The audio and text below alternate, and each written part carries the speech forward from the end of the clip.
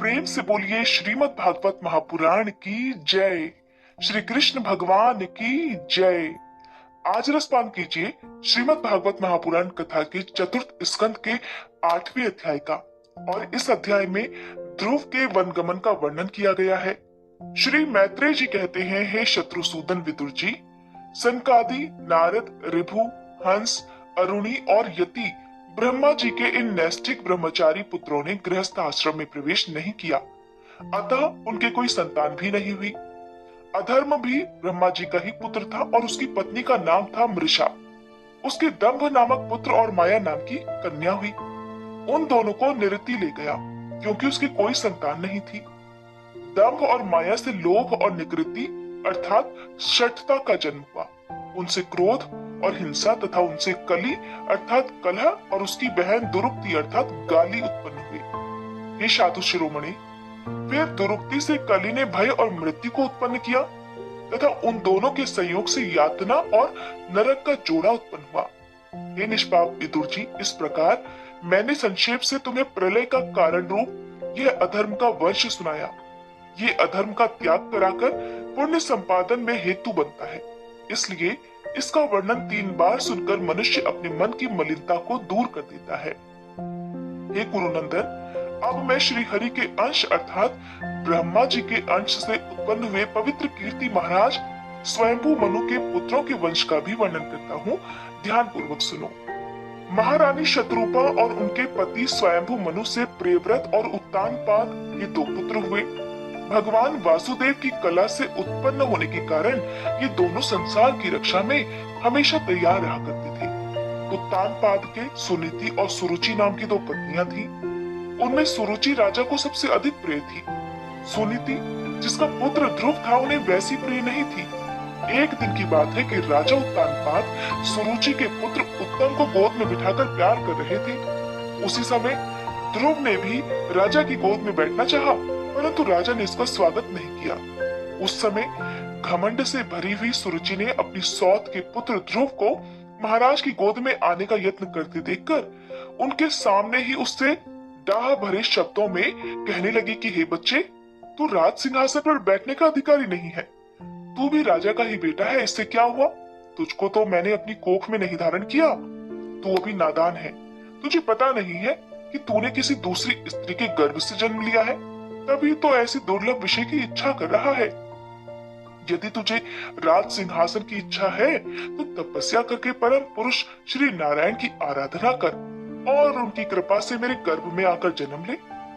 श्री मैत्रेय जी कहते हैं, हे विदुर जी, जिस प्रकार डंडे की चोट खाकर सांप फुफकारने लगता है, ठीक उसी प्रकार अपनी सौतेली माँ के कठोर वचनों से घायल होकर ध्रुव क्रोध के मारे लंबी लंबी सांसें लेने लगा। उसके पिता चुपचाप ये सब देखते रहे, मुंह से एक शब्द भी नहीं बोले।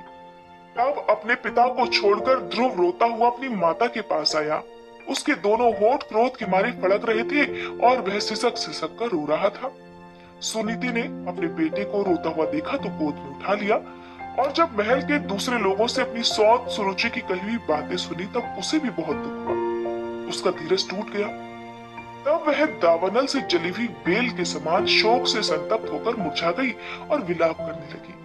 अपनी सौत की बातें याद आने पर उसकी कमल सरीखे नेत्रों में आंसू भर आए। उस बेचारी को अपने दुख पारावार का कहीं अंत ही नहीं दिखाई देता था। उसने गहरी सांस लेकर ध्रुव से कहा कि बेटा, तू दूसरों के लिए किसी प्रकार के मंगल की कामना मत कर। जो मनुष्य दूसरों को दुख देता है उसे स्वयं ही उसका फल भोगना पड़ता है। सुरुचि ने जो कुछ भी कहा है ठीक ही है, क्योंकि महाराज को मुझे पत्नी तो क्या दासी तक स्वीकार करने में लग जाती है। तूने मुझ मंदभागिनी के गर्भ से ही जन्म लिया है और तू मेरे ही दूध से पला है, इसलिए बेटा, सुरुचि ने तेरी सौतेली माँ होने पर ये बिल्कुल ठीक बात कही है। इसलिए अगर तुम भी राजकुमार उत्तम की तरह राज सिंहासन पर बैठना चाहते हो तो द्वेष भाव छोड़कर उसी का पालन करो। सब कुछ भूलकर भगवान श्री हरि के चरण कमलों की आराधना में लग जाओ। संसार का पालन करने के लिए सत्व गुण को अंगीकार करने वाले उन श्री हरि के चरणों की आराधना करने से ही तेरे परदादा श्री ब्रह्मा जी को वह सर्वश्रेष्ठ पद प्राप्त हुआ है जो मन और प्राणों को जीतने वाले मुनियों के द्वारा भी वंदनीय है। इसी प्रकार तेरे दादा स्वयंभू मनु ने भी बड़ी बड़ी दक्षिणाओं वाले यज्ञों के द्वारा अनन्य भाव से उन्हीं भगवान की आराधना की थी। तभी उन्हें दूसरों के लिए अति दुर्लभ लौकिक, अलौकिक तथा मोक्ष सुख की प्राप्ति हुई। बेटा, तू भी उन भक्त वत्सल श्री भगवान का ही आश्रय ले। जन्म मृत्यु के चक्र से छूटने की इच्छा करने वाले मुमुक्षु लोग निरंतर उन्हीं के चरण कमलों की मार्ग की खोज किया करते हैं। तू स्वधर्म पालन से पवित्र हुए अपने मन में श्री पुरुषोत्तम भगवान को बिठा ले और अन्य सभी का चिंतन छोड़कर केवल उन्हीं का भजन कर। बेटा, उन कमल दल लोचन श्री हरि को छोड़कर मुझे तो तेरे दुख को दूर करने वाला और कोई दिखाई नहीं देता। देख, जिन्हें प्रसन्न करने के लिए ब्रह्मा आदि अन्य सभी देवता ढूंढते रहते हैं, वे श्री लक्ष्मी जी भी दीपक की भांति हाथ में कमल लिए निरंतर उन्हीं श्री हरि की खोज किया करती है।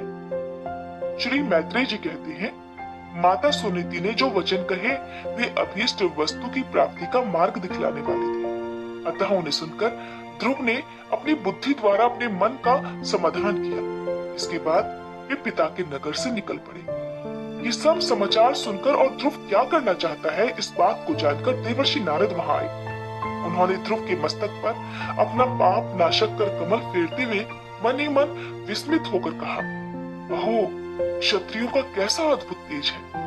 ये थोड़ा सा भी मानभंग नहीं सह सकते। देखो, अभी तो ये नन्हा सा बच्चा है, तो भी इसके हृदय में सौतेली माता के कटु वचन घर कर गए हैं। इसके बाद देवर्षि नारद ने ध्रुव से कहा कि नारायण नारायण, बेटा, अभी तो तू बच्चा है, खेलने कूदने में ही मस्त रहता है। हम नहीं समझते कि इस छोटी सी उम्र में किस बात से तेरा सम्मान या अपमान हो सकता है। यदि तुम्हें मान सम्मान का विचार हो ही तो बेटा, असल में मनुष्यों के असंतोष का कारण मोह के सिवा और कुछ नहीं है। संसार में मनुष्य अपने कर्मानुसार ही मान अपमान या सुख दुख आदि को प्राप्त होता है। हे पुत्र, भगवान की गति बड़ी विचित्र है, इसीलिए उस पर विचार करके बुद्धिमान पुरुष को चाहिए कि दैववश उसे जैसी भी परिस्थिति का सामना करना पड़े उसी में संतुष्ट रहे। अब माता के उपदेश से तो योग साधन द्वारा जिन भगवान की कृपा प्राप्त करने चला है, मेरे विचार से साधारण पुरुषों के लिए उन्हें प्रसन्न करना बहुत ही कठिन है। योगी लोग अनेकों जन्मों तक अनासक्त रहकर समाधि योग के द्वारा बड़ी बड़ी कठोर साधनाएं करते रहते हैं, परंतु भगवान के मार्ग का पता नहीं पा पाते। इसलिए तू भी ये व्यर्थ का हट छोड़कर अपने घर लौट जा। बड़ा होने पर जब परमार्थ साधन का समय आए तब उसके लिए प्रयास कर लेना। विधाता के विधान के अनुसार सुख दुख जो कुछ भी प्राप्त हो उसी में चित्त को संतुष्ट रखना चाहिए। ऐसा करने वाला पुरुष मोह माया संसार से पार हो जाता है। मनुष्य को चाहिए कि अपने से अधिक गुणवान को देखकर प्रसन्न हो और जो कम गुण वाला हो उस पर दया करे और जो अपने समान गुण वाला हो उससे मित्रता का भाव रखे। ऐसा करने से उसे कभी दुख दबा नहीं सकते। देवर्षि की बात सुनकर बालक ध्रुव ने कहा, हे भगवान, सुख दुख से जिनका चित्त चंचल हो जाता है उन लोगों के लिए आपने कृपा करके शांति का ये बहुत अच्छा उपाय बतलाया, परंतु मुझ जैसे अज्ञानियों की दृष्टि वहां तक पहुंच ही नहीं पाती। इसके सिवा मुझे घोर क्षत्रिय स्वभाव प्राप्त हुआ है, इसलिए मुझ में विनय का प्रायः अभाव है। सुरुचि ने अपने कटु वचन रूपी बाणों से मेरे हृदय को छलनी कर डाला है, इसलिए उसमें आपका ये उपदेश ठहर नहीं पाता। हे ब्राह्मण, मैं उस पद पर अधिकार करना चाहता हूँ जो त्रिलोकी में सबसे श्रेष्ठ है और जिस पर मेरे बाप दादा और दूसरे कोई भी आरूढ़ नहीं हो पाए हैं। अतः मुझे उसी की प्राप्ति का कोई अच्छा सा मार्ग बतलाइए। आप भगवान ब्रह्मा जी के पुत्र हैं और संसार के कल्याण के लिए ही वीणा बजाते सूर्य की भांति त्रिलोकी में विचरा करते हैं। श्री मैत्रेय जी कहते हैं, बालक ध्रुव की बात सुनकर भगवान नारद जी बड़े प्रसन्न हुए। उस पर कृपा करके इस प्रकार सदुपदेश देने लगे कि नारायण नारायण, पुत्र, तेरी माता सुनीति ने तुझे जो कुछ भी बतलाया है वही तेरे लिए परम कल्याण का मार्ग है। भगवान वासुदेव ही वो उपाय है, इसीलिए तू चित्त लगाकर केवल उन्हीं का भजन कर। जिस पुरुष को अपने लिए धर्म, अर्थ, काम और मोक्ष रूप पुरुषार्थ की अभिलाषा हो उसके लिए उनकी प्राप्ति का उपाय एकमात्र श्री हरि के चरणों का सेवन ही है। बेटा, तेरा कल्याण होगा। अब तू श्री यमुना जी के तटवर्ती परम पवित्र मधुवन को जा। वहां श्री हरि का नित्य निवास है। वहां श्री कालिंदी के निर्मल जल में तीनों समय स्नान करके नित्य कर्म से निवृत्त हो यथाविधि आसन बिछाकर स्थिर भाव से बैठना। फिर रेचक, पूरक और कुंभक 3 प्रकार के प्राणायाम से धीरे धीरे प्राण, मन और इंद्रिय के दोषों को दूर कर धैर्य युक्त मन से परम गुरु भगवान का इस प्रकार ध्यान करना। भगवान के नेत्र और मुख निरंतर प्रसन्न रहते हैं। उन्हें देखने से ऐसा मालूम होता है कि वे प्रसन्नता पूर्वक भक्त को वर देने के लिए उद्यत हैं। उनकी नासिका, भौहें और कपोल बड़े ही सुहावने हैं। वे सभी देवताओं में परम सुंदर हैं। उनकी तरुण अवस्था है। सभी अंग बड़े सुडौल हैं। लाल लाल होठ और रत्नारे नेत्र हैं।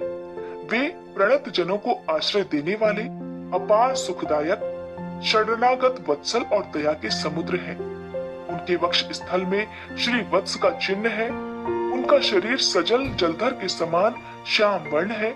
वे परम पुरुष श्याम सुंदर गले में वनमाला धारण किए हुए हैं और उनकी 4 भुजाओं में शंख, चक्र, गदा और पद्म सुशोभित है। उनके अंग प्रत्यंग किरीट, कुंडल, केयूर और कंकड़ आदि आभूषणों से विभूषित है। गला कौस्तुभ मणि की शोभा को भी बढ़ा रहा है और शरीर में रेशमी पीतांबर है। उनके कटी प्रदेश में कांचन की करधनी और चरणों में स्वर्णमय नुपुर सुशोभित हो रही है।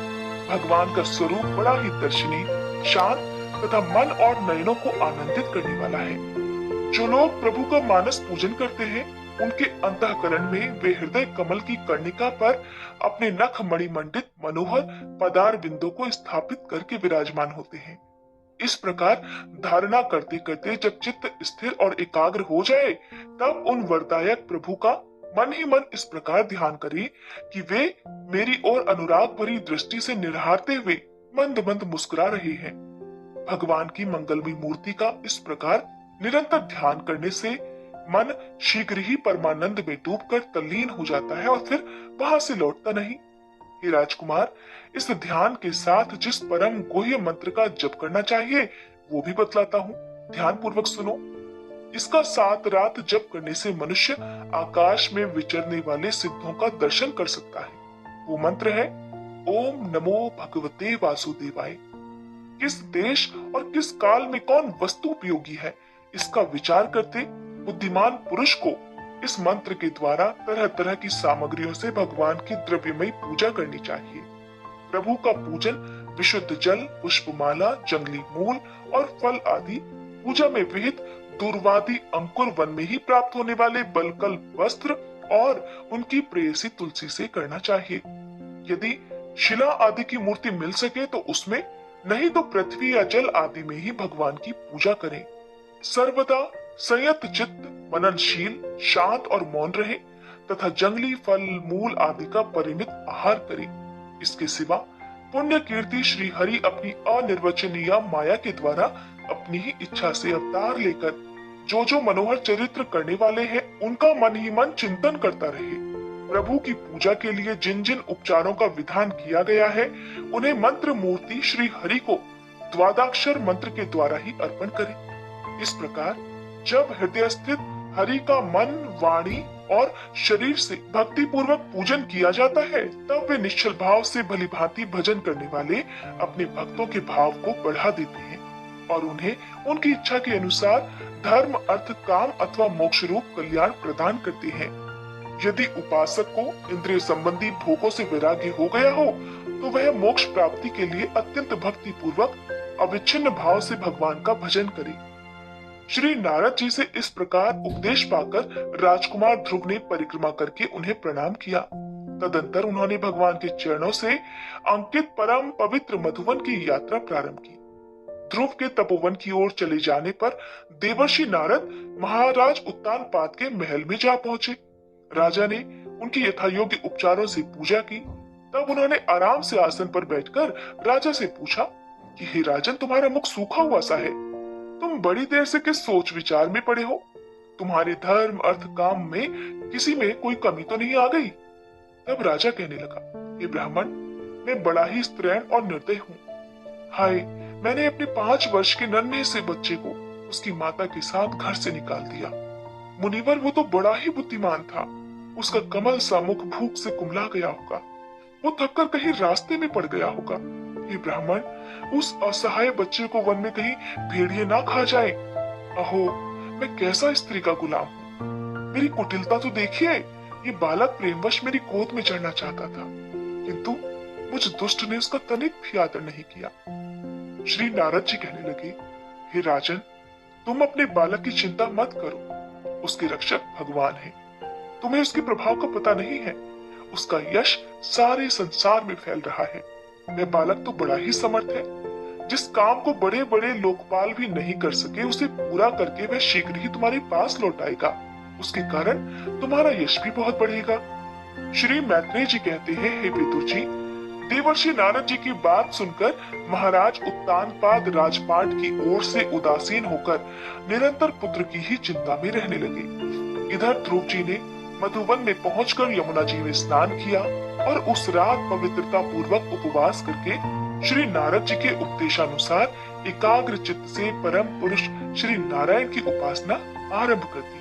उन्होंने 3 रात्रि के अंतर से शरीर निर्वाह के लिए केवल कैथ और बेर के फल खाकर श्री हरि की उपासना करते हुए 1 मास व्यतीत किया।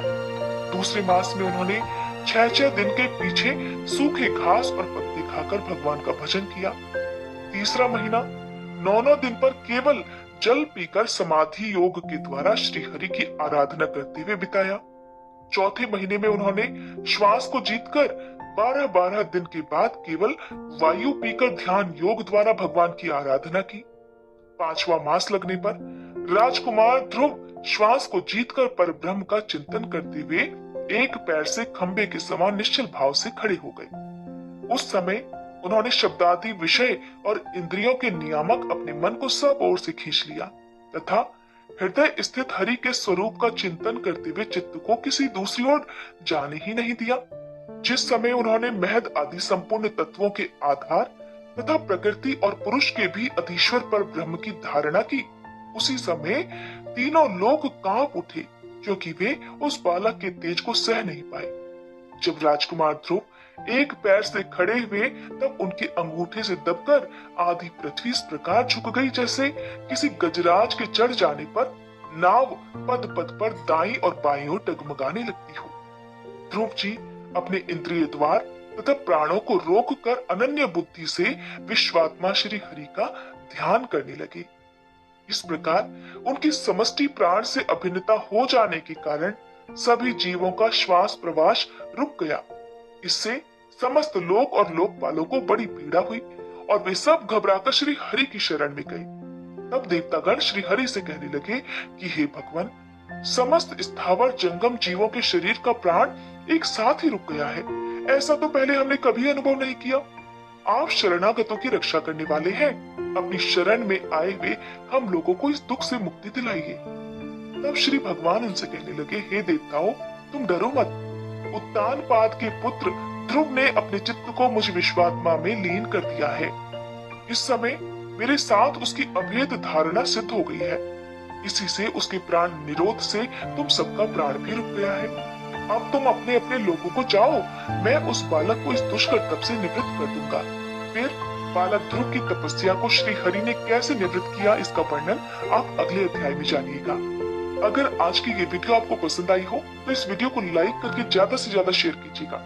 महापुराणों की कथा सुनने से जितना पुण्य मिलता है, उतना ही इन कथाओं को दूसरे लोगों तक पहुंचाने से भी मिलता है।